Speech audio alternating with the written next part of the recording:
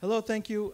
Thank you for joining us. We're going to get in just one moment to Ruth and Chaya, who are going to take us on a journey that is a little bit different from how these discussions usually happen, into the real kishkis of the guts of Israeli religion and state, religion and society debates.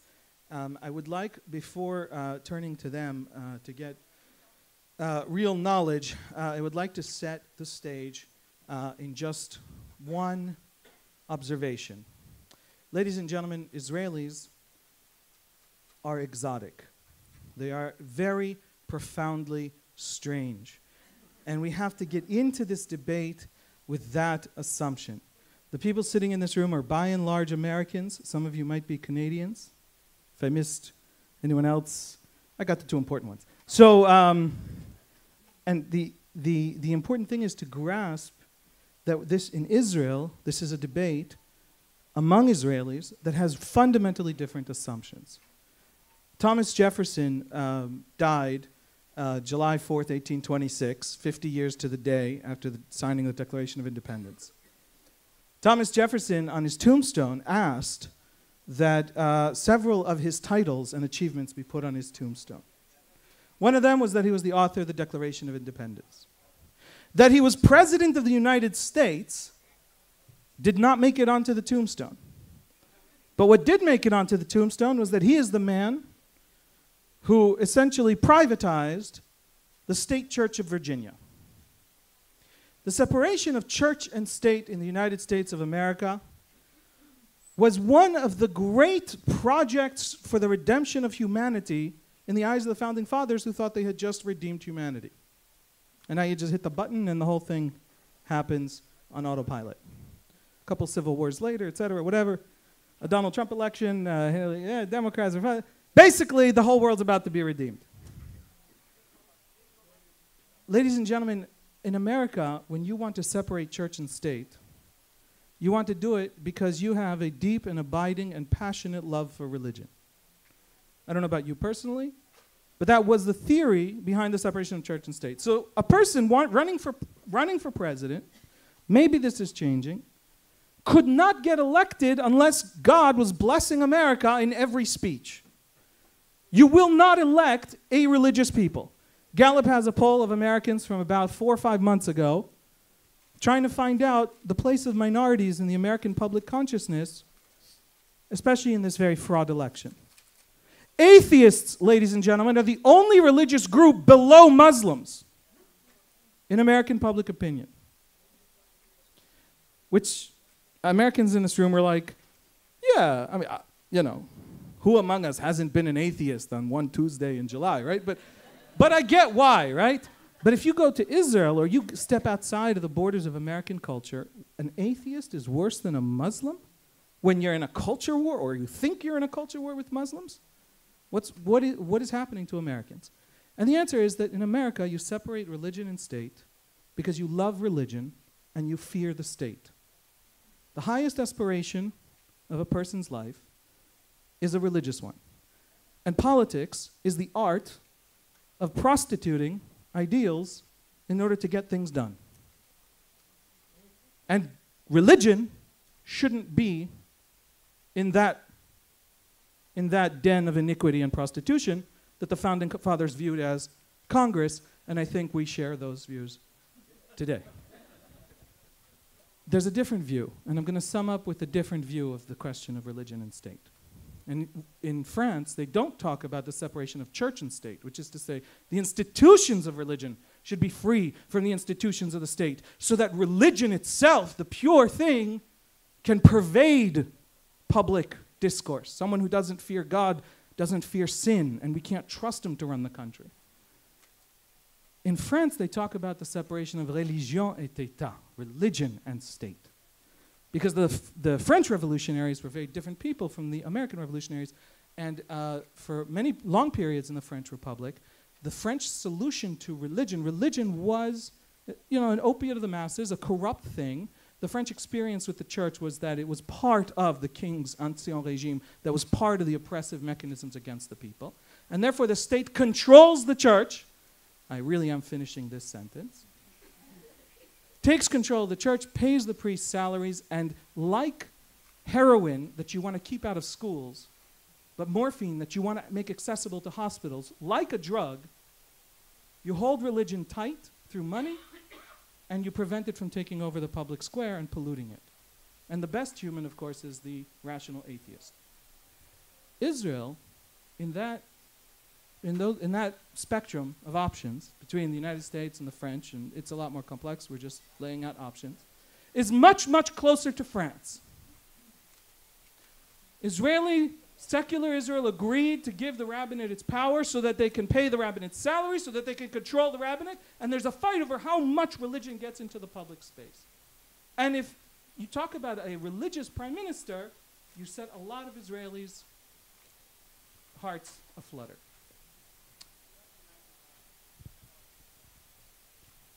I'm just going to yell it. Can you hear me? Can you hear? Okay. So, welcome to Israel. Welcome to a world that doesn't know religion is a good thing in political terms. Welcome to a world that doesn't talk about church and state, but religion and state and its place. And a world where the state institutions of religion are being fought over by the people who want to control the public square one way or the other. I'm going to hand the microphone over to Ruth Halperin Kaddari, a professor, who will introduce herself, give you some background, and then Chaya Gilboa, who will introduce herself and give you some background, and then I will just ask a couple of questions for the rest of this time, and we're going to try and get into the minds of Israelis, the problems, and hopefully look at it in angles that are a little deeper than is possible, in 800-word articles or protests or things like that we do maybe have access to. So let's get started. Ruth. Thank you very much. First of all, thank you very much, Susie, and thank you very much to Einat Horowitz, the director of IREP in Israel, for inviting me, for having me over here. It's really a privilege to be able to address and talk about the issues that are so close to my heart. And thank you, Haviv, for the introduction and for some very good quotes, which I'm going to write up and remember and use in the future. So just a few sentences about where I come from and what made me come here today. I grew up in the regular Tzionut Datit house, probably closer to the historical Mafdal, which unfortunately is no longer on the Israeli political map. But I'm a product of the traditional stream of national religious education in Israel. I went to the army. My first degree in law was from Bar-Ilan Faculty of Law. But my formative experience came when I had the privilege of studying at Yale Law School, where my master's and my doctorate is from. And during those years, I experienced both the exposure to feminism and feminist ideas and feminist critique of law, which was not to be heard of when I studied law in Israel. But also the experience of the richness of Jewish way of life under religious pluralism, and realizing that there is more than one way to worship and to be part of the Jewish tradition and the Jewish experience, including being a religious feminist, even an Orthodox feminist. And I would never forget the first time that I had Aliyah on Simchat Torah in Westville Synagogue with my one-year-old son on my hands when I was about 22 years old. That was the first time that I could actually see a Sefer Torah, what it looked like from inside. So my daughter had already had her bat mitzvah and read from the Torah at the Kotel on Robinson's Arch, which is which is something that we're going to talk about in the next hour, I believe. So this was really my formative experience, and when I came back to Israel, I knew that I would enter this field of teaching, the area which is the most problematic for women's rights in Israel, and where the Gordian knot of religion and state is so hard to tackle, which is family law in Israel. And I also knew that I was believing not just in the possibility of a woman teaching and writing in family law in Israel, which is governed mostly by religious law, by Jewish law, for Jews, and by Sharia law and by canon law for non-Jews. But so not only to prove that, but also I believed very much in the responsibility of academia for society, and believing in law as a tool for social change. I knew that this is what I want to do, and not be a regular professor, sitting on the Ivy Tower, but utilizing my my professional experience to create social change in reality, in real life. And the opportunity indeed came when the late Rabbi Professor Reckman, with whom I also had the privilege of actually studying. He was also a law professor at Bar-Ilan University long time ago. And for his 90th birthday, there was a major fundraising.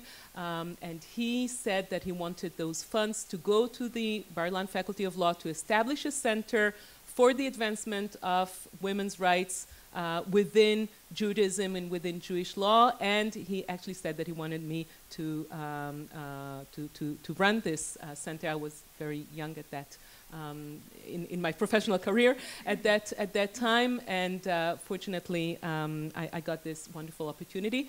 At the same time, I was also nominated by Israeli Ministry of Foreign Affairs to run for the committee, the United Nations Committee on the Elimination of Discrimination Against Women. It's the committee that oversees the implementation of what's known as the Women's Convention in the UN. And indeed, I was elected then. I was then re-elected 3 times for 3 times. It's my 10th year now on this committee. And this also allows me a very, very broad perspective of women's situations worldwide and not just in Israel, including all these issues of religion and state, and how very, very sadly religion today is one of the strongest powers that impede on the advancement of women's rights universally, globally. And unfortunately, Israel is no exception for that, and it really doesn't have to be that way. So that's what I'm here for. Thank you. Toda, Ruth. So maybe I'll start, and I say that what I do today is very much related to education. I work for the Hartman Institute in Jerusalem. I ran a program that it's a gap year in Mechina for Israelis in America who comes together to live together for 9 months to study, to do some community service. And what I do, like when I'm not there and when I'm not trying to raise my son, is I'm very much involved in activism in Jerusalem, especially in things that related to religion and states. Maybe as Ruth started, I will share with you, I come from Har Nof, which is in Jerusalem. It's a, let's say, ultra-Orthodox community. My dad is considering himself part of this Haredi world. If you will see him, he got all the accessories. He looks completely Haredi. My mom is I think, similar to Ruth's family, is more like Tzioni Dati, but very, very religious. And I remember myself growing up in this neighborhood. I always had a hard time. And I think everyone asks me always, when did you come out of the Jewish closet? And there is no like a specific time, but I always felt like I want to be an active player, thank you, in the Jewish field. And I always felt like I have to be very passive. And it's not only when you come on Shabbat and you see this, it's not a mechitza. For me, it was a real wall. But I always felt that I have so many questions, and I want to really be part of this thing that called Judaism. And I always was forced to be silent and quiet and on the side. And I think when, so part of me felt that I need to leave the neighborhood in order to come back different. And it took me some years, and after my service, I went and I decided to study Talmud in the university. And I remember coming to my dad and I told him, Abba, I need some help, like financially, you need to support me to pay for school. And he said, really, Chaya, study everything, be'emet everything, study Buddhism, study Islam, but don't study Talmud in the university. And I think he realized something that it took me a while to understand when I arrived to the university, that of course the way that the academia looks on those materials, it's from a critical perspective. So not only women are not supposed to study philosophy, we're the one who's supposed to run the kitchen, the house, but we also, it's not our space, we're a guest in this space. But it was unbelievable 3 years, not only academically, but really spiritually. And I think it's really helped me to come back home different. And for me, something that happened in these 3 years, I started working for the Jewish Agency. I was Israel Fellow in Russia and Ukraine. And I think today, if you ask me what really formed my Jewish identity, was being outside of Israel and coming back, but being outside of Israel. And after those 3 years, I went for 2 years to Berkeley. I was the Israel Fellow on campus. It was tremendous. It was unbelievable 2 years, especially around the BDS question. And I think I was very lefty. And I remember telling to the committee in the Jewish Agency who wanted to send me, I said to them, find the most lefty place in the world. And then I got to Berkeley and I felt like Lieberman because it was like beyond left. But it was so not only about the Israel issues, but I took classes with Professor Daniel Boyar in Talmud and with Judith Butler, not with, like it was like 200 people in the class, but on gender. And it blew my mind. And I remember that once Daniel Boyarin spoke about one of the sugiyot in the Talmud about divorce. And he spoke about it like an intellectual exercise. And he spoke about things that happened like 1,000 years ago and more. And I sat there in the class and I said to myself, it's not an intellectual exercise. It's the real life of people in Israel that literally taking those texts and implement that in the public space in Israel. So I went back and I went to the Hebrew University and I did my master in public policy. And what I did is what all the matalot, like all the papers that we needed to write, the assignments, I dedicated to the question of religion and state. So I tried to create an alternative for civil marriage and for conversion. And one of the things that I tried to do is really to, I was very busy with the kashrut thing, and I ended up taking one of my assignment, and now it's a project that I will maybe share a little bit more. I think I end up writing my thesis about Haredi women and how they became a change agent in Israel. It's amazing. If you hear my, I interviewed them and I recorded it, and I literally, half of the time crying because I look at them, and most of them are from Har Nof, and I think to myself, like, what if I could, like, my life could have been like this kind of story. And I think today I'm aware that I'm very privileged in that sense, that I was able to leave that neighborhood, but still to stay. And I think maybe I'll close and I say that my motivation, everything I do that related to religion and state, I'm not coming from a secular perspective. Even so, today I'm not religious, but I don't think we need to separate religion and state. I think the Jewish part in the Israeli state needs to be much more pluralistic, but it needs to be Jewish. I don't want to live me personally, I don't want to live in a country that it's only democratic, that it doesn't have any Jewish thing in the public domain. I want it to be Jewish, but I think the Jewish must be democratic. So everything that I do today, and I'm very much involved in civil marriage and conversion and the kashrut, and what I want to bring to the table is my love to Jewish life and tradition, but I think the equality and the pluralism must be the guide for those things. So I guess I will expand on this. So. I want to start, Professor Kaddari, with the devil's advocate position. Under law, it is true that Jews can't marry outside the rabbinate. Muslims have to marry in the Sharia court system paid by the State of Israel, which is a strange thing in Western democracies, Catholics, etc. However, we have an institution called Yaduim B'Tzibur recognized by courts, essentially a common law marriage, which applies to anybody, including same-sex couples. we have protections up until adoption for same-sex couples through that institution. People can fly to Cyprus and get married in 10 minutes and $50 fee. And when they go to Cyprus, they meet Lebanese couples who are trying to escape exactly the same Ottoman institutions that they haven't been able to take apart there too. So Israelis aren't actually failing to marry. And so my question is, what is actually missing? What is the crisis? What is the problem? What bothers us so much when there are all these workarounds in Israeli society?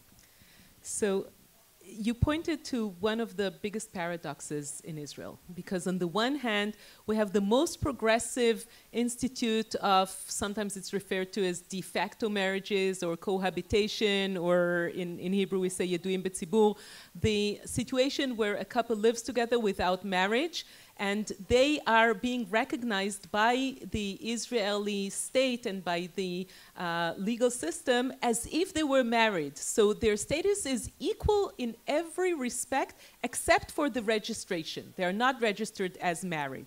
And this is way, way more progressive, quote unquote, than any other equivalent situation elsewhere in the world, where you may have registered partnerships, but just couples who live together very often are not being recognized by the state. And so, for example, economic rights of women, if they separate after 15 years together and maybe even raising children together, their economic rights are not protected. And in Israel, they are. So it's kind of a paradox, because on the other hand, we have such restrictive regime of marriage where a Jew can only marry Jew, Muslim can only marry Muslim. There are all those marital prohibitions within Jewish law. A Kohen cannot marry a divorcee, and so on and so forth. But it's not a paradox. It's because the secular system invented this bypass, this subterfuge to the restrictive marriage regime, that this situation can still be maintained. And like you pointed out, the fact that people can fly to Cyprus or take a cruise, it's a huge tasya industry, of marriage industry, of honeymoon cruises to Cyprus and get married along the way. So this also allows maintaining this blatant violation of human rights, because first and foremost, it is the harshest violation of human rights of the State of Israel, that a person cannot marry within the state, cannot get married within the state. There are hundreds of thousands of people who are not affiliated, who are not religiously affiliated because they are not recognized as Jews by the State of Israel, mostly coming from former Soviet Union, but not only from there, and they simply cannot marry within Israel. There are couples who want to get married, interfaith marriages, they cannot marry in Israel. There are very large group of people who cannot divorce in Israel, and I'll get to that in a minute. Those who cannot divorce but are separated for years and years, they cannot open a new page. They cannot get married again in Israel. So you have all these categories of people whose most elementary human right within the most sensitive and the most intimate identity, self-identity, whose rights are being violated on a daily basis in Israel. So even if we have these practical solutions, this is not what a Western democracy should look like. We're the only country in the industrialized world, or in the UN, we don't say Western world. We say industrialized or developed countries, or maybe the northern part of the globe.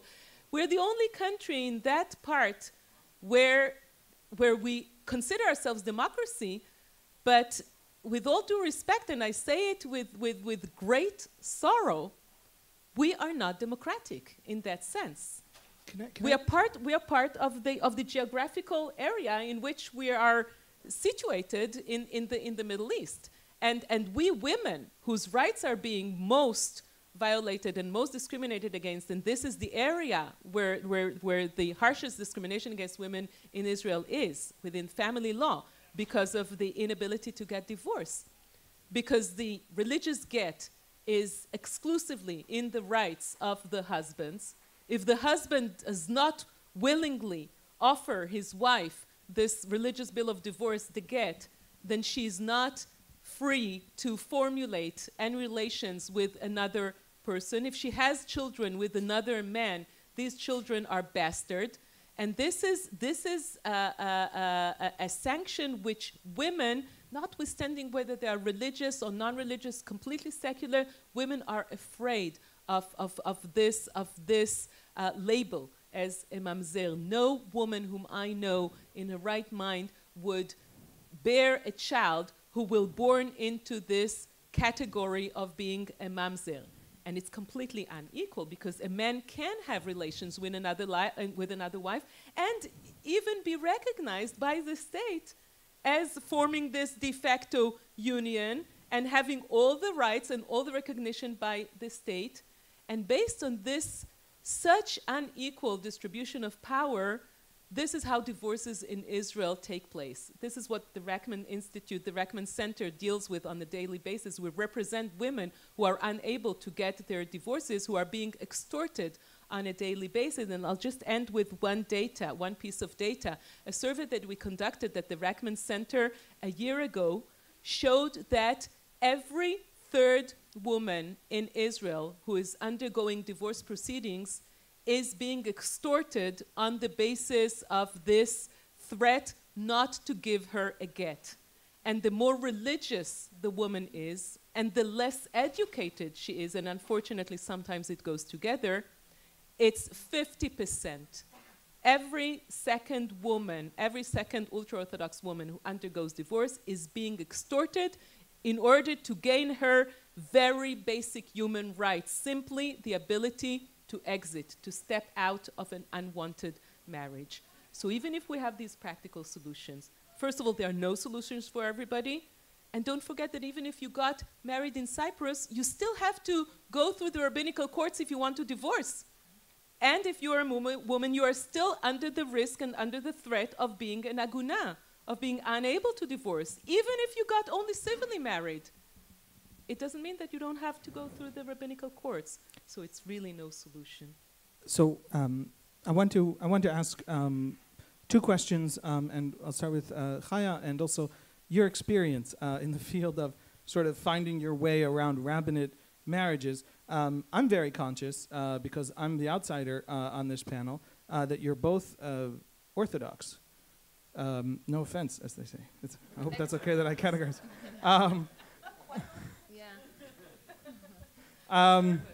Observant.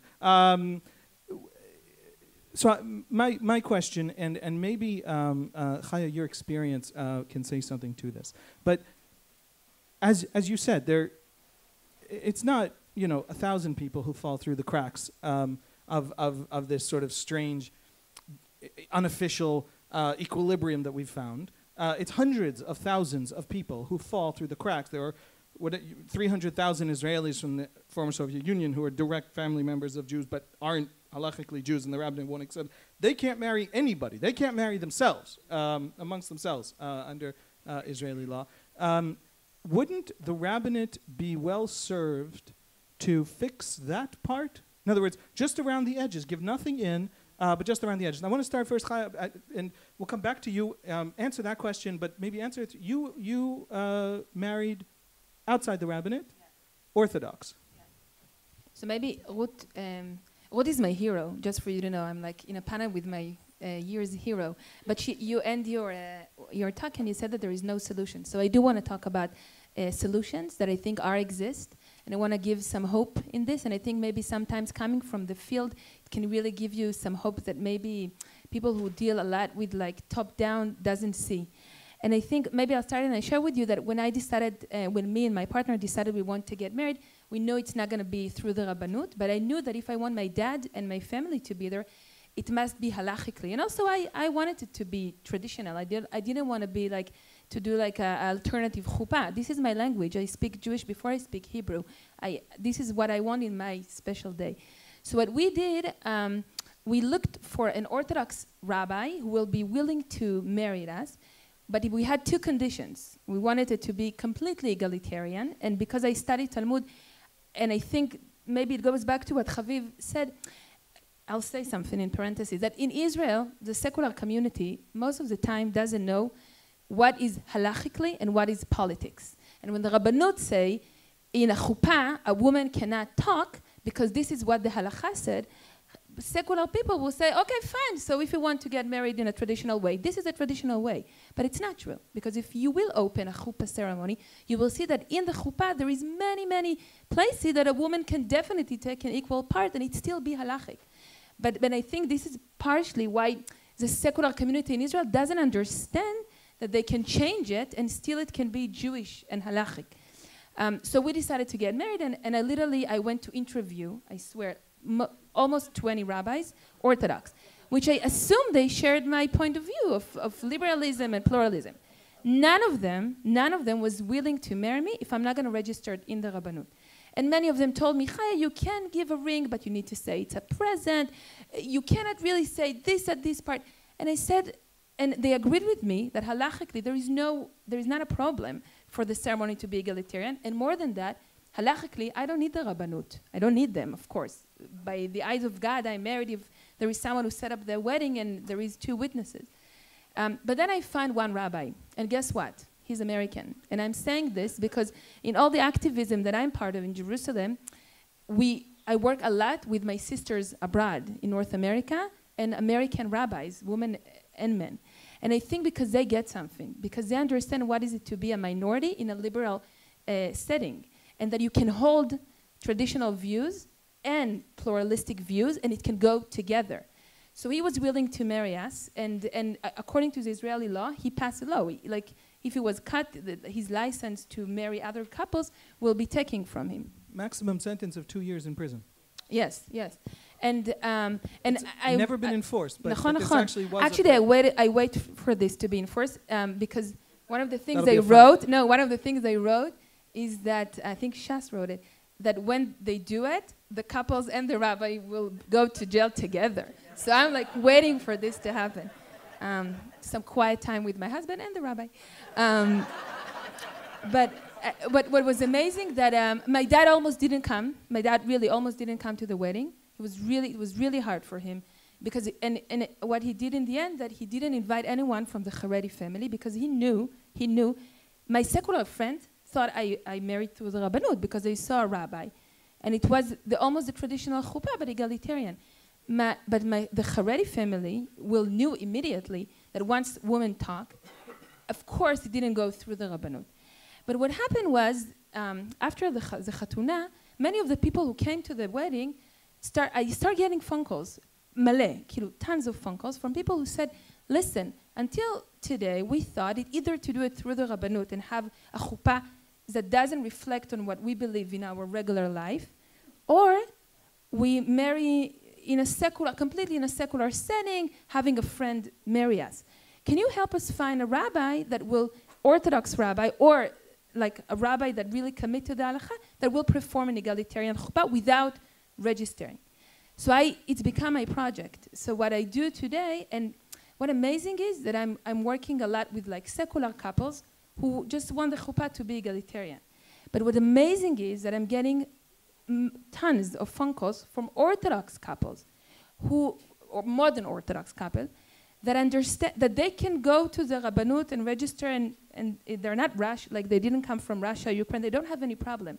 But they choose to live a life, egalitarian life. And they say, in my chatuna, in my chuppah, I wanted to reflect who I am.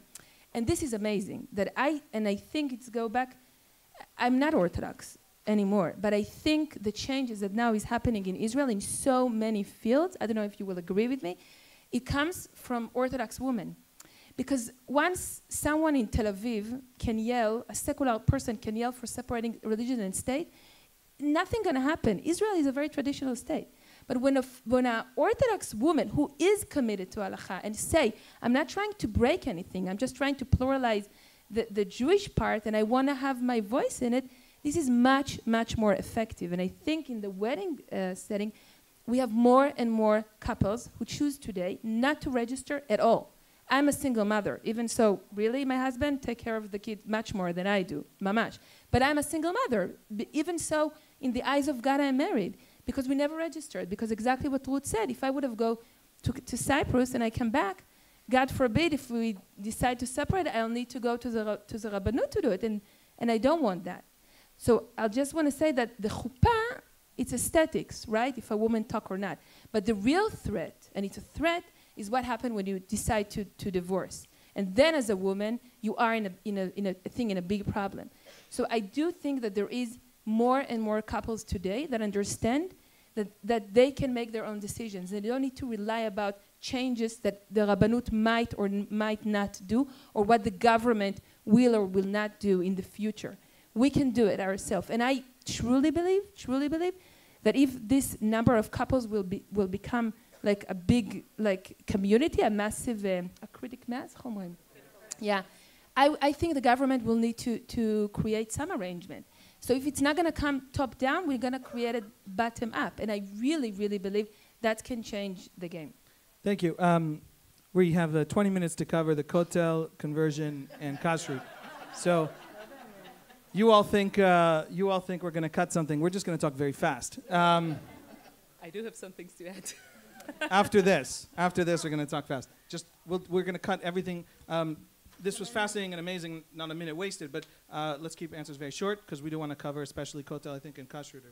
Okay, so I couldn't agree more. I think that whoever looks at what happens within feminism in Israel, the eyes should turn to religious feminism and to what's happening within Orthodox women's organizations, even Haredi women's, and the phenomenon that you describe is a demonstration of how Orthodox men can be recruited for the battle of advancing egalitarianism and equal rights within Judaism, within Jewish law, which is indeed possible. And you just mentioned before, you asked about the relationship between the limitations on the right to marry and the limitations on conversion.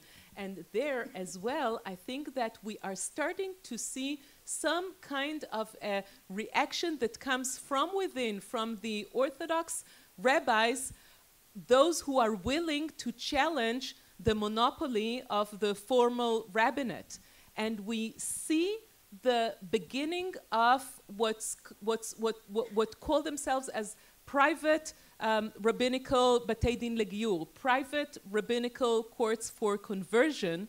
And it is, in fact, maybe, interestingly, it comes only after the modern Orthodox or slightly modern Orthodox or Rabbanei Tzohar, for example, or Beit Hillel, who tried to challenge the Rabbinic Council, tried to sort of take over, to have one of their representatives be elected to be the chief rabbi, and they failed. After this failure, they understood that there's absolutely no future within the formal institutions of the state, and they allowed themselves to make challenges from within. So I think that Chaya is right. There may be some hope in those venues. Yeah, I just a personal thing on how widespread this phenomenon is. It's much more widespread than you think. From cherry-picked panels at the GA, where people are carefully chosen for what it is that they have to say. But I don't come from the Orthodox world. My father is a Reform rabbi and a cantankerous one who likes to tell people why they're wrong. And my wife is the daughter of an Orthodox rabbi from Baltimore, Maryland. She's the oldest of 8 kids, and her father married us in Israel. And I had this one condition, that it wouldn't be through the rabbinate, because I was raised on sitting on the knee of Thomas Jefferson. And so not only did he agree joyfully and gleefully, when we found out that he actually wasn't violating Israeli law because he's not a registered Israeli marriage registrar, he was very disappointed. And not only that, but I come from a little bit of a politically involved family, and there were members of Knesset at my wedding, including Orthodox ones and including Haredi ones. And they thought it was absolutely adorable. In other words, it was they are not worried about losing the culture war, unless the camera's trained on their face, in which case, obviously, they have to fight the culture war. So at subterranean level, the lived experience of Israelis is that there is what to win here, and it crosses very broad cross-sections of Israeli society. I'm sorry, we have to move on to the Kotel. Ladies and gentlemen, I don't know if you've heard, there's this place called the Western Wall in Jerusalem, and being Jews, we are fighting about it. And so I want to start with Ruth. Tell us, and then we'll move right to Chaya without going back to me. What the heck is, at this moment, the Western Wall Heritage Foundation? What is the Kotel? Why can I go to ancient sites and holy sites and sacred sites and tombs of ancient sages and all kinds of Kever Rachel and just 1,000 different places where people go to pray consistently and all the time and that are ancient symbols of our Jewish whatever, and there's no mechitza, and there's no rabbi who runs the place, and I don't have to worry about whether I could take a Sefer Torah in or not take a Sefer Torah in, or whether I'm Reform or Conservative or Orthodox. And yet at the Kotel, for some reason, it's what? It's an Orthodox synagogue? What is the actual status of the Kotel? And then I'm just going to ask already my question to Chaya. Well, you know these people, these activists, and you maybe participated a little bit in what's happening there. And you'll tell us a bit about what that feels. And please, 2-3 minutes each, because, kashrut and conversion. So the Kotel did not have a mechitza until after the 6 Days War. We have pictures from the times of pre-state Palestine, and men and women were there with no partition in the middle. Due to internal Israeli politics, and I will not go into the details of the legal regulation, but formally the Kotel had become what's considered as a Beit Knesset, and the control over this Beit Knesset is given to a specific position who is the rabbi of the Kotel, and he's in charge, he's part of the holy places, and the regulation says that the religious practice there should be according to Minhag HaMakom, so the custom of the place. So what is the custom of the place? Of course, it's open to interpretation. But the traditional interpretation had been that it's the Orthodox way of worshiping, which of course means that there must be a partition between men and women are not allowed to wear talitot, and God forbid a woman is not allowed to bring in a Sefer Torah to the women's part of the Kotel. Now, I think that we've all heard about the Battle of Women of the Wall. And I want to emphasize here that as far as I understand, the international attention and the awareness to their battle of the women of the wall had only become visible once the reform and the conservative movements, it occurred to them that their freedom of exercise rights are being violated every day in the place which is the most sacred to Jews all over the world, notwithstanding the fact that UNESCO, for some odd reason, denies it, but we know that it is the most sacred place for Jews all over the world, and 2/3 of the Jewish people cannot worship there according to their belief and their understanding and the way that they want to practice. I have to interrupt you. This is a critical question, and I have to challenge you with this question. This is the question you hear from the rabbi of the Kotel, Rav Rabinovich, and I think from the Haredi public in Israel generally. I'm going to invent a new measure. It's called prayer hours. A single prayer hour is a person praying for 1 hour. I think the Haredim probably outnumber everyone else at the Kotel by prayer hours, 800 to 1. So what? So make the case that that's not Minhag HaMakom or significant, or what should we deal with? How should when is this a measurement for a person's internal conviction or a religious conviction or religious identity? I'm not aware of any such measurement, and if I were to be cynical, I would ask, how come these men, and it's mostly men, how come they have so much time on their hands to be present so many hours over there? Now, what the women of the wall asked for, and a compromise that was almost reached years ago, was to have just 1 hour a month on the day of the Rosh Chodesh, because Rosh Chodesh is used to be a celebration of women in the Jewish tradition, to have 1 hour to be able to pray there with talitot and read from the Sefer Torah, and even that could not pass. Thank you. Chaya. So maybe just to add a small thing, I think I shared with some people who is in the room, but one of the most crazy experience from me as Israeli in America was the first day I went to Hillel on Friday evening, and what happened is that you enter the building and you have 1 room dedicated for the Orthodox minyan. You go upstairs, there is conservative and then Reform, Reconstructionist, and a secular one that literally sing Beatles for Kabbalat Shabbat. What really, really amazing is, and I was 25 at the time when I was there, that first of all, it was crazy for me that in the same building you can have 5 different minyanim, and the Orthodox minyan will be there and not gonna ask to expel the others. But it was really, really, really amazing that in the end of the tefillah, when everyone comes to Cheder Ochel, to the dining room to eat Shabbat dinner, all the 5 people who led the minyanim, and it's Berkeley, right? So let's say none of them is woman or man, except the Orthodox. The 5 of them stood on the stage and say Kiddush together. Ve'be'emet, for me, it was a moment that I said to myself, can never happen in Israel. 5 people who led different minyanim can never lead the Kiddush together, because in Israel, in all the streams, I think we have problems with that, like celebrate their Jewish identity on top of the others.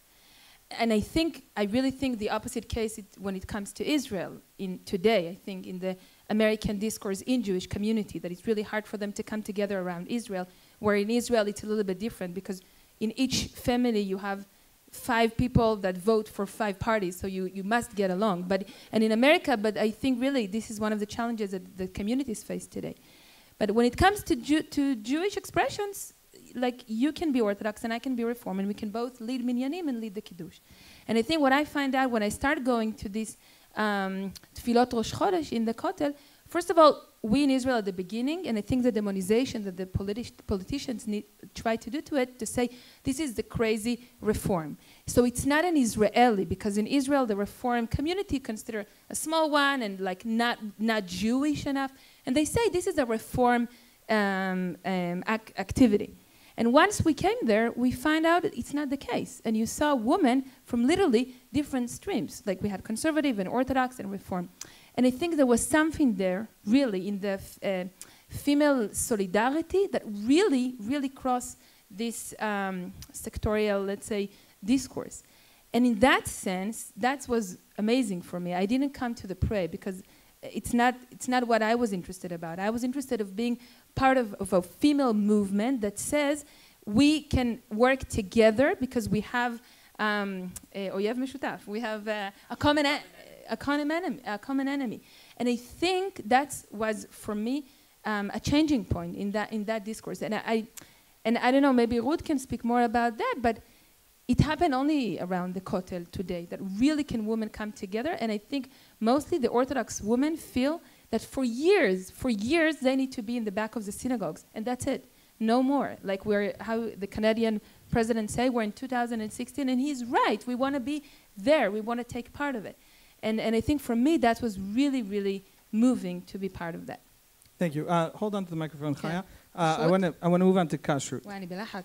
And no pressure. Kashrut is a situation similar to marriage and divorce in the sense that, I don't know if you know, but the word kosher, the word kaf shin resh, in Israeli law is reserved for the kosher when the state institution called rabbinate says it is kosher. So if I have an item that is kosher, but in fact the Israeli state rabbinate hasn't officially said it is kosher, I am not legally allowed to advertise it as kosher, even if it is actually kosher. And even if had the rabbinate looked, they would have decided it was kosher. Nevertheless, the word itself is a legally protected trademarked word. Not dissimilar to the question of marriage.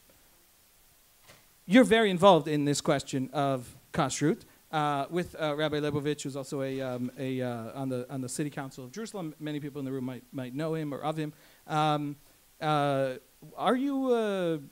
Are you a criminal, and are you escaping the law? Yes. So maybe I share that 6 years ago when I was a student, I wrote a paper about kashrut. And I was very busy with the question why places who are open on Shabbat cannot get a kashrut certificate. Because again, halachically, there is no problem. A place can be open on Shabbat. The kashrut is about the food. Nothing is happening on the day of Shabbat that makes the food less kosher. But again, when the Rabbanut say, you want that certificate, you must close on Shabbat, the secular people in Israel say, oh, probably this is what Judaism has to say about kashrut. Not true. So what we did is we wanted to create an alternative and to look for restaurants. We wanted to start with vegan, which is the easiest, and vegetarians, and to say to the restaurants, you can open on Shabbat, and we're going to give you a kashrut certificate from Sunday to Friday. Again, the rabbi who did it with me, he is an American rabbi. Of course, and I'm saying this, you probably notice, yes, it's a pattern. And he's from Berkeley. And he's from Berkeley. So Bichlal. But he's a man, yeah. So what we did is we said, let's do that. But we find out that in Jerusalem, it's really hard because in the end of the day, it's a business. It's not only an ideologic activism. The people in the restaurants, if people decide to skip their restaurant because it doesn't have kashrut certificate, they will lose money. So we said, okay, let's wait with Shabbat. And what we did, we went to restaurants who used to have a kashrut certificate and decided to take it away because they just didn't get along with the mashgiach. And according to the Rabbanut, no woman can be mashgichot, supervisors in the restaurant, because they are women. And it was amazing because I was sitting in a panel with like the chief rabbi of Jerusalem. And I said to him, really, I didn't try to be cynical, but like, I was raised on like, you need to be in the kitchen. So how come when it comes to like kitchen positions, I can't be there? And he said something really, really interesting, that once I go to a restaurant and I said to the person who owned the place, you didn't separate as you should have between this and that, I become a rabbi. I become a halachic decider. And this is something we can't have. So in Israel, there is no woman who works as supervisors. And we said, let's create an organization that gives a halachic kashrut certificate. Only women will be the supervisors, as at the beginning at least. And let's have, and the system should not be corruptive, because in Israel, you can ask restaurants how much you pay for the supervisor. He will say 400 shekel. How come? Oh, my cousin knows the cousin of the person who do it. And you go to the same size of kitchen in the other side of the street, and they pay 800 shekel. And this is really the case. So we said, let's take the same amount of money from everyone. The places are still closed on Shabbat, but let's create an alternative. So we started 6 years ago with 2 restaurants. Today we have 27. It's not that a big growth, but I think, but it's become like crazy. Taitona, you're a journalist. It's according to the interviews we had in the media, it seems like we had thousands of restaurants. Always when in the end they said, so how many restaurants do you have? We're like 27. Because it was a sensation. And the reason why it was a sensation, that the Rabbanut was terrified because we touched her pocket. When it comes to marriage, whatever, you decide to marry or not. But the kashrut, there is a system. Let me just add, we've had interviews. Shas just tried to tighten up this law. Right. I think succeeded in the last Knesset to tighten up this law. On people were putting up notices that were saying they couldn't use the word kosher, but they were saying this place is under supervision. Never using the word kosher. So now you're no longer allowed to even hint that there might be any kind of kosher food in this place unless the rabbinate gives you a certificate, according to law passed in the last session of the Knesset. And we interviewed some people from Hotels Association. Israel is a multi-billion, the tourism industry is a multi-billion shekel industry every year. And they are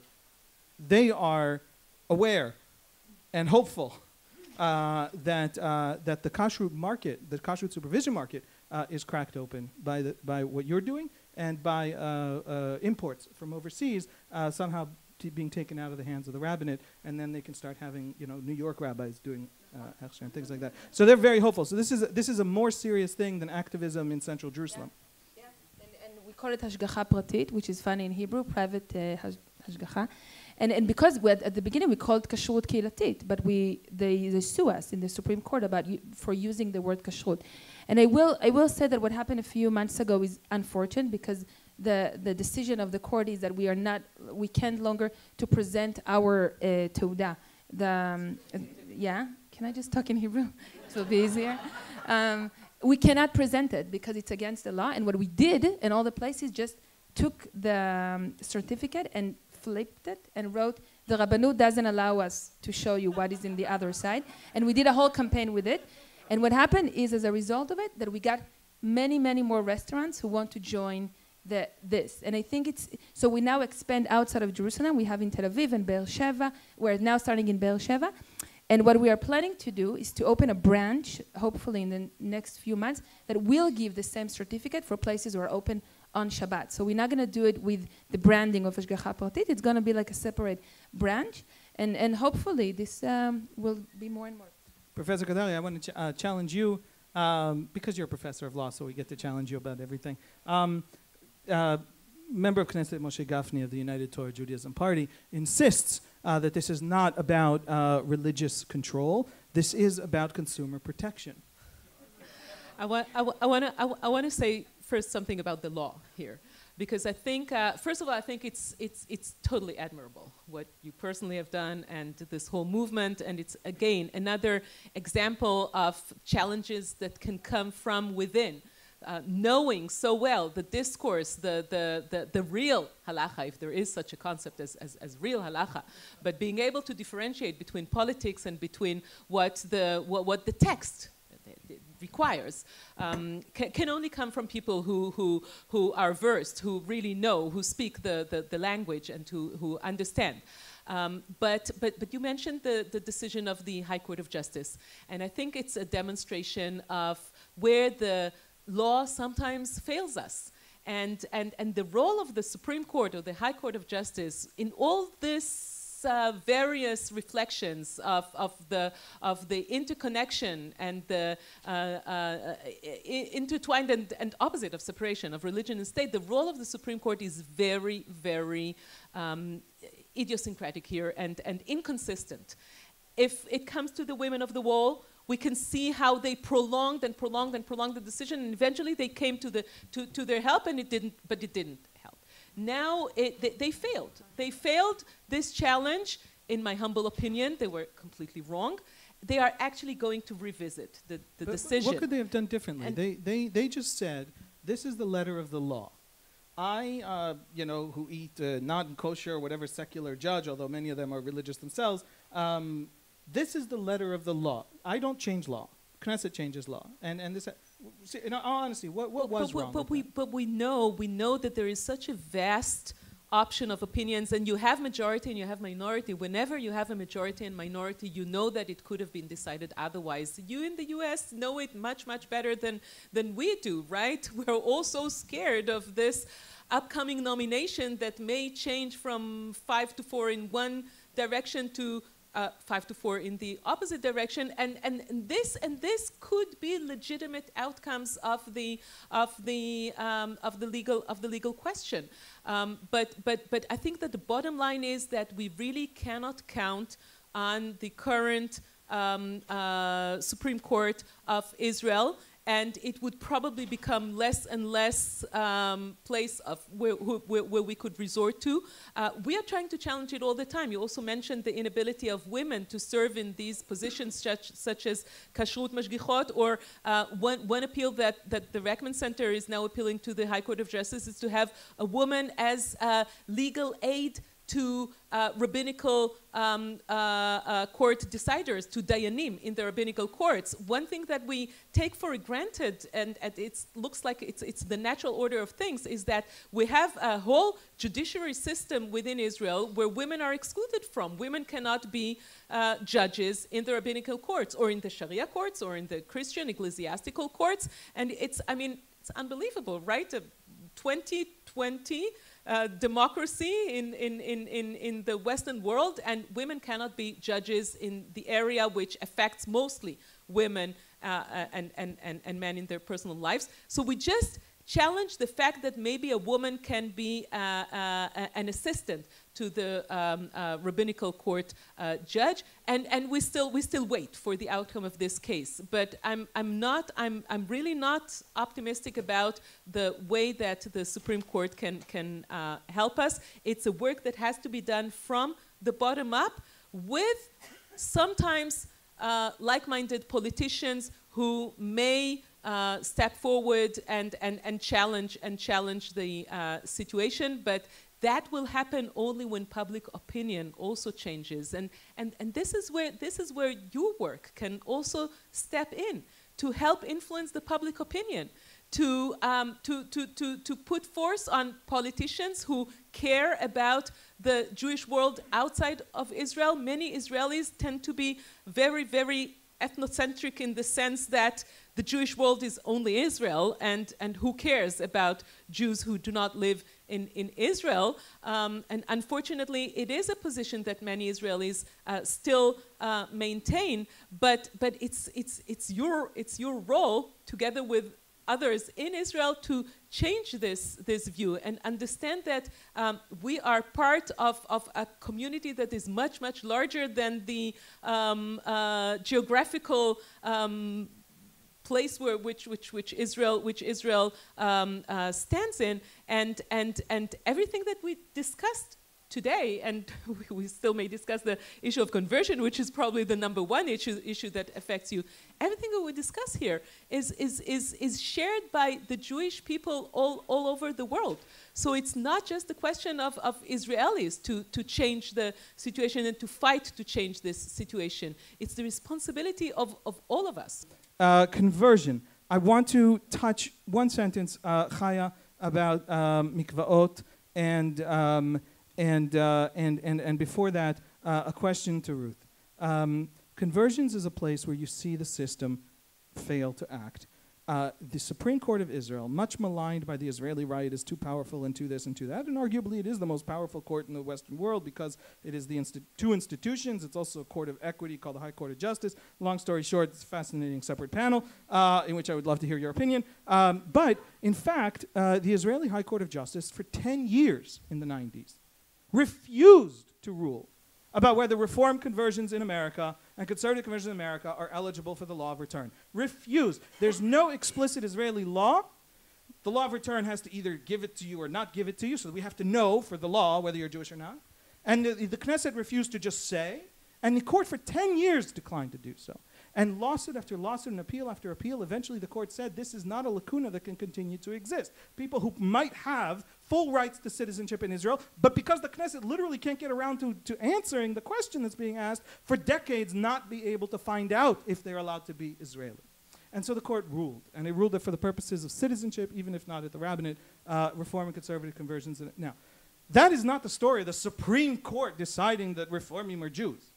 That's a story of the Supreme Court stepping into a legal lacuna where the Knesset couldn't get its act together. Is that the story? The Knesset just can't make decisions? 300,000 Israelis can't marry each other. I heard Rav Amar, the former chief rabbi of Israel and now the chief rabbi of Jerusalem, say, I can't solve it because I'm afraid to open doors to other things that will slip in if I open. But of course, 300,000 non-Jews should be able to marry each other. What do I care? So it's exactly as you said. When the Supreme Court ruled that Orthodox and non-Orthodox conversions out of Israel should be recognized for the purposes of the law of return and for citizenship, they didn't actually say that reform conversion or conservative conversion is making a non-Jew become a Jew. It's not answering the question of who is a Jew, because the question of who is a Jew has its implications with respect to the possibility of the subject that we started with, the subject of are they eligible to marry other Jews.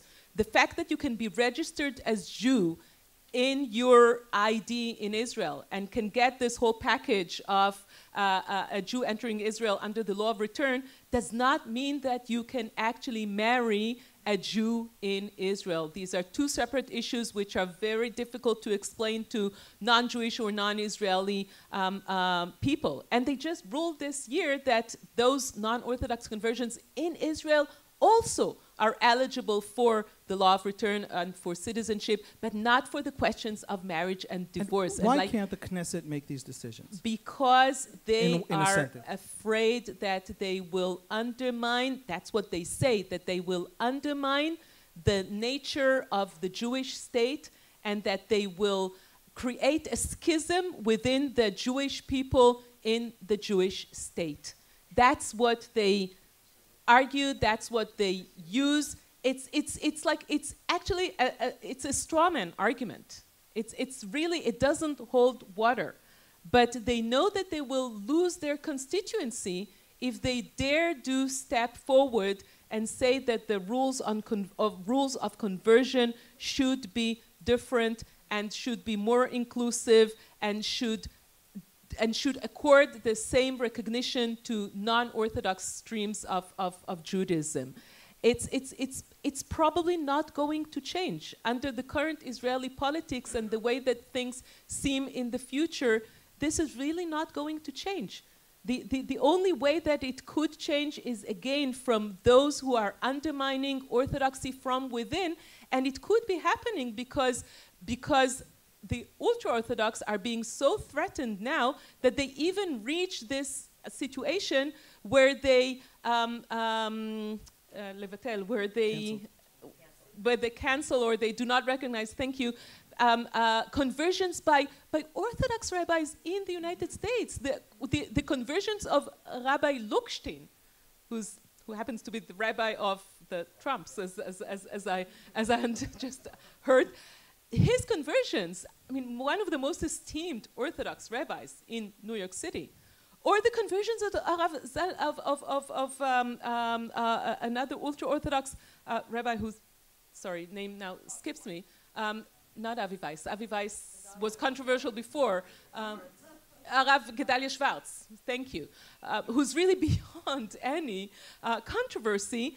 His conversions are not recognized by the Rabbanut Rashid, by the rabbinical, formal rabbinical courts in Israel, which is completely absurd.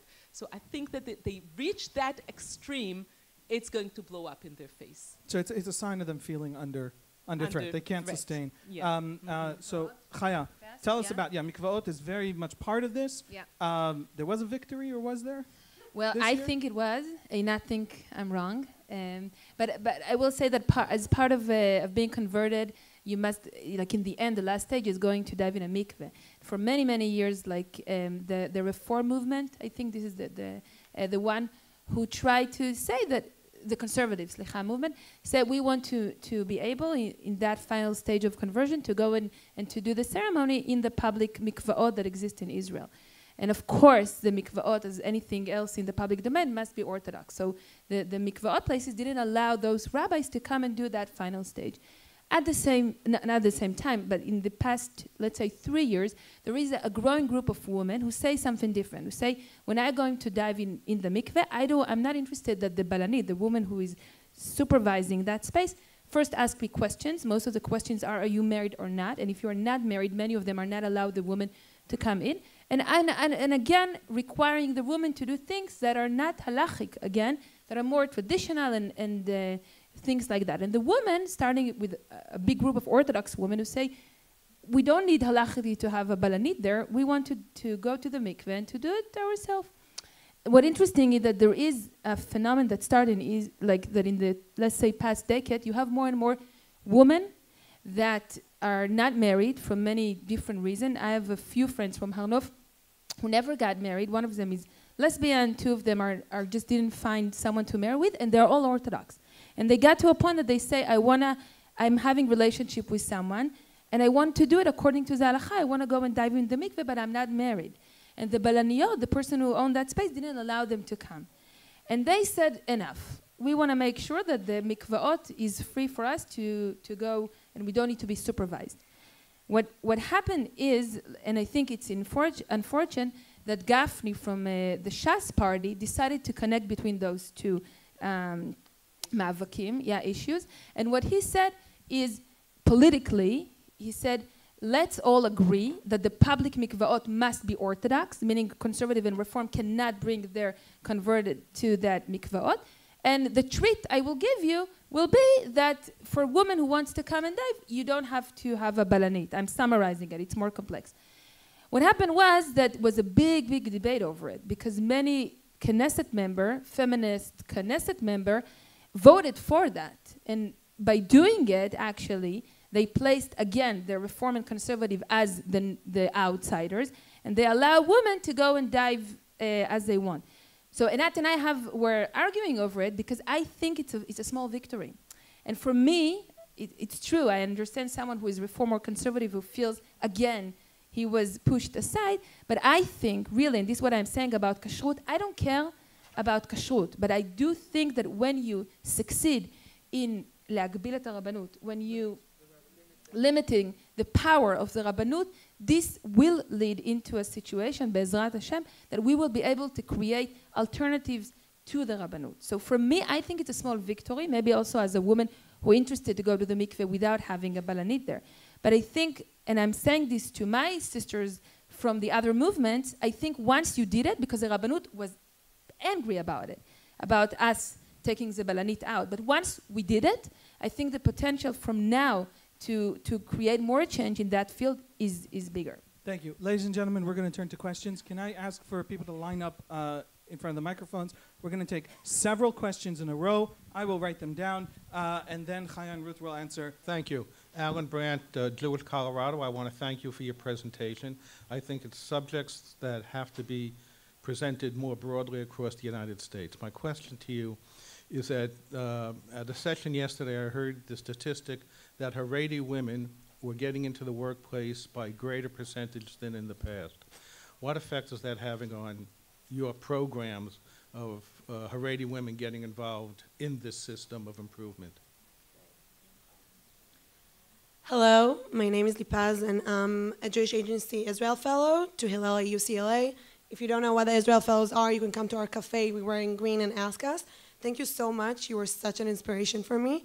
And I was wondering, working with college students and the next generation of American Jewry, I have a true concern of those students actually born into a world that Israel is taking for granted. And when they're seeing the Israel that we talked about here, they're saying, this is not the Israel that is inclusive for us and for our Judaism, and taking a step back from Israel because of all the things that are happening. So they are actually wondering, maybe we shouldn't have a Jewish state, because if Israel is not a state for all Jews, it shouldn't be a part of our identity.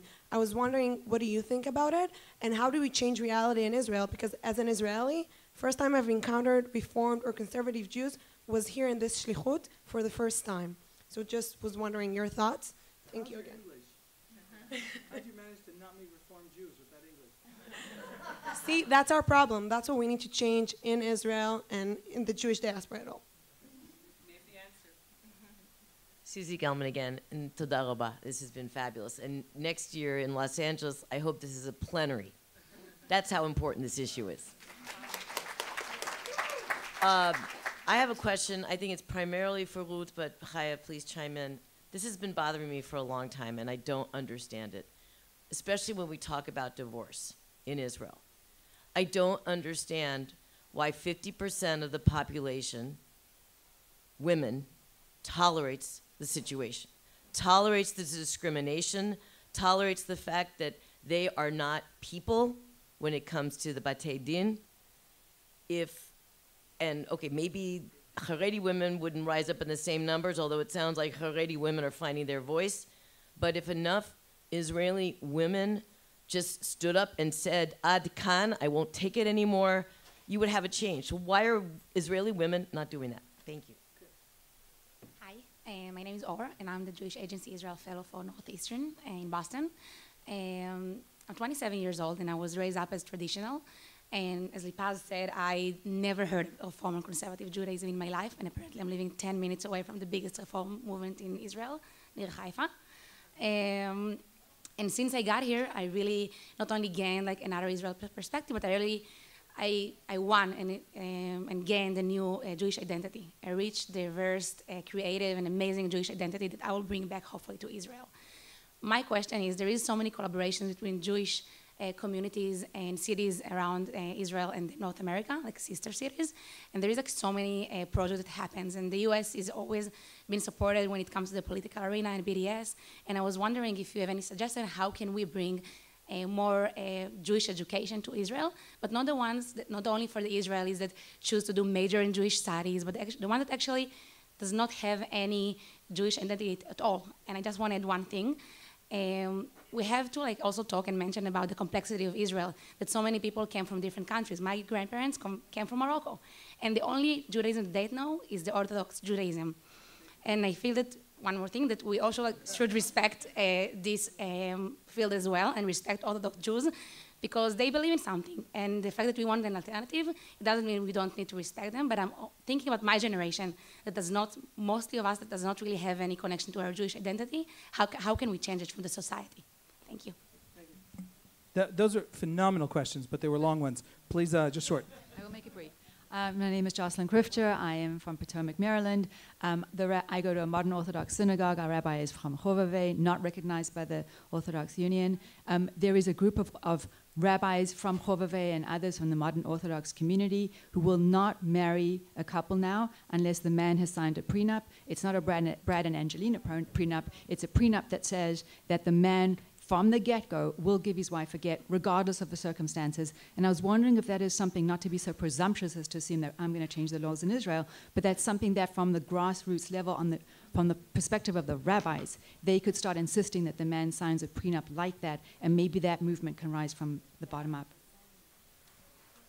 Hi, I'm Rabbanit Batya Friedman from Edmonton, Canada. You opened up the panel with separation of church and state. You brought examples of solutions to the states. Is it so crazy to have Israel as a separation of church and state? Maybe that's a solution, and why not? Okay, we're going to do this lightning round style. You ready? You literally have a sentence in response. Mr. Brandt, Haredi women working, are they going into politics? One sentence. It could be a run-on sentence with a lot of commas. I must say that the only thing that I think Bibi did well to Israel, the only thing, is when he was a treasurer, the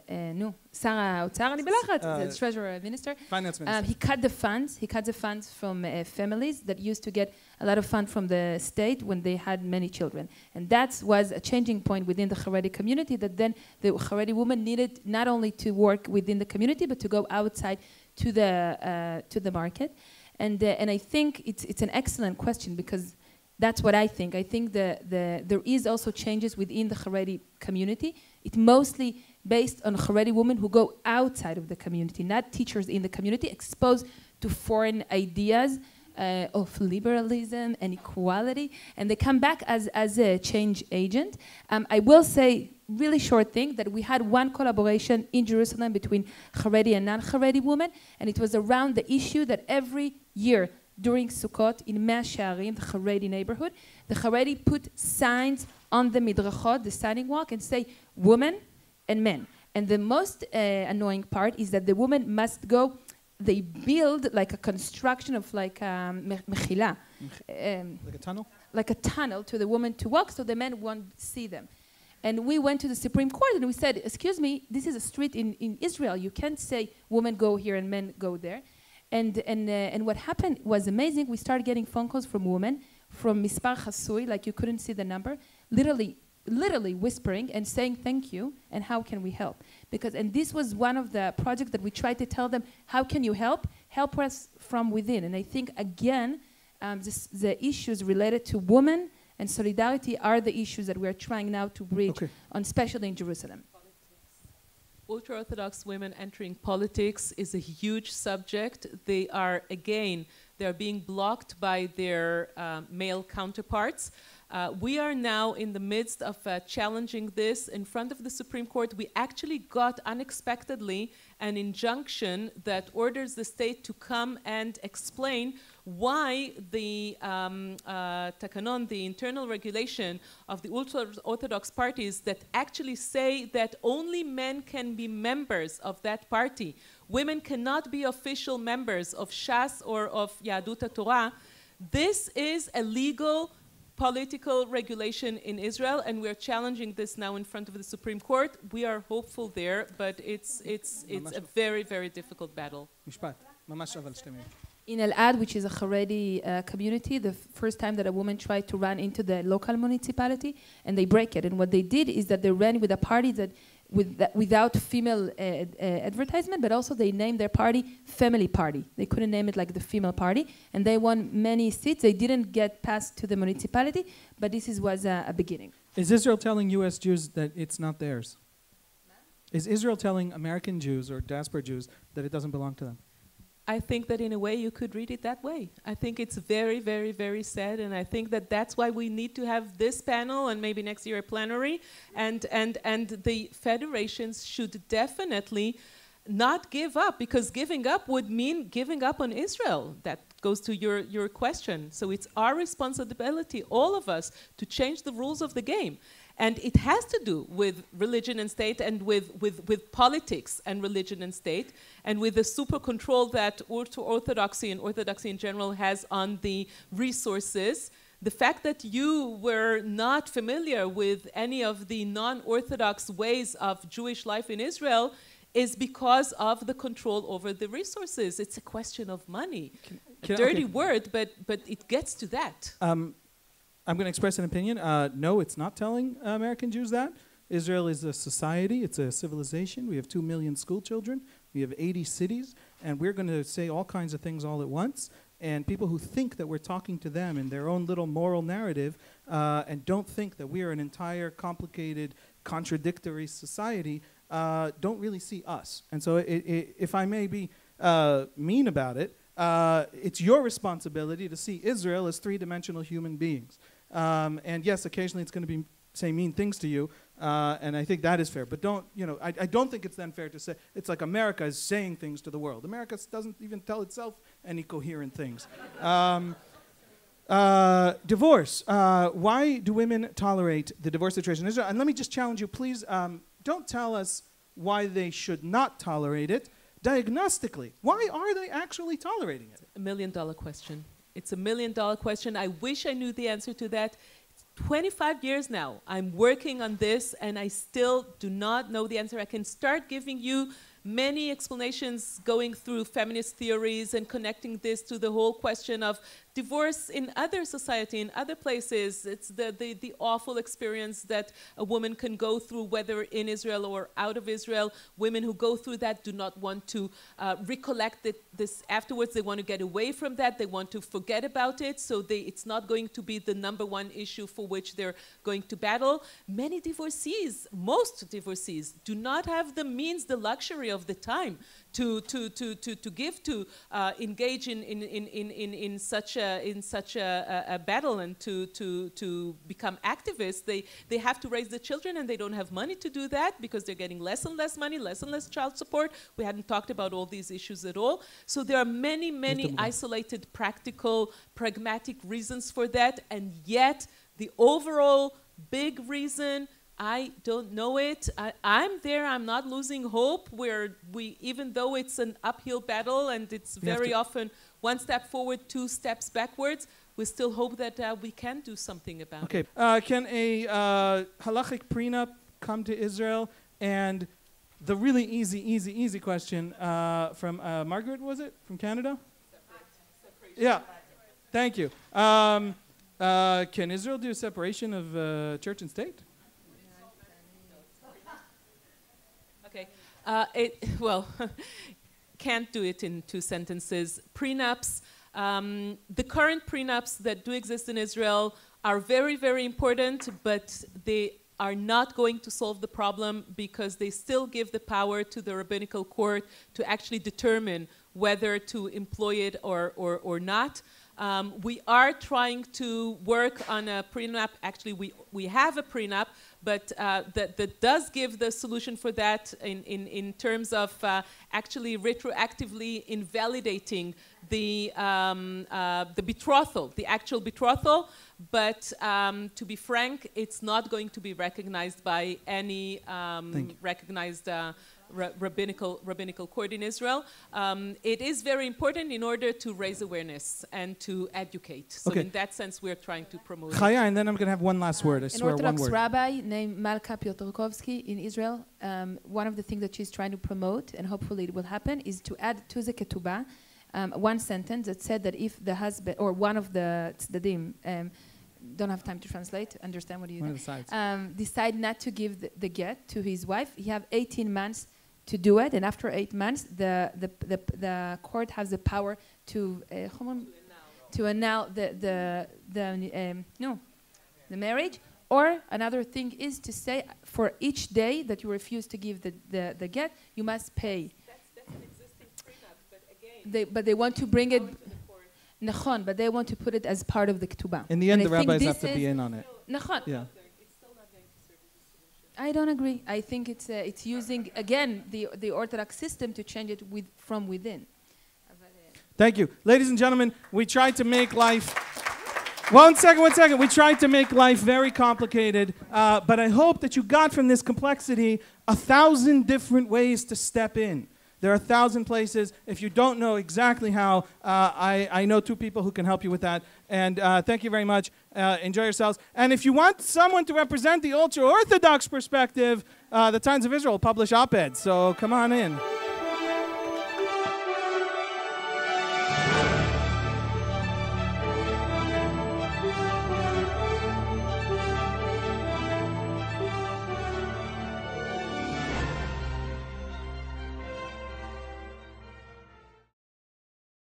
We would be pleased to send a complimentary DVD of this program to anyone who wishes to support JBS, the Jewish Broadcasting Service, with a tax-deductible gift of $36, double chai or more, to the nonprofit organization Jewish Education in Media.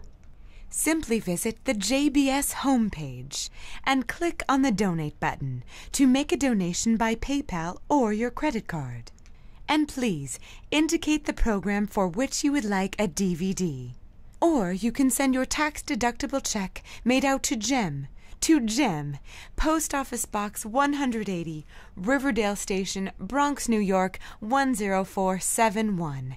And again, please remember to indicate which program you would like to receive with our compliments. And we thank you for your kind support.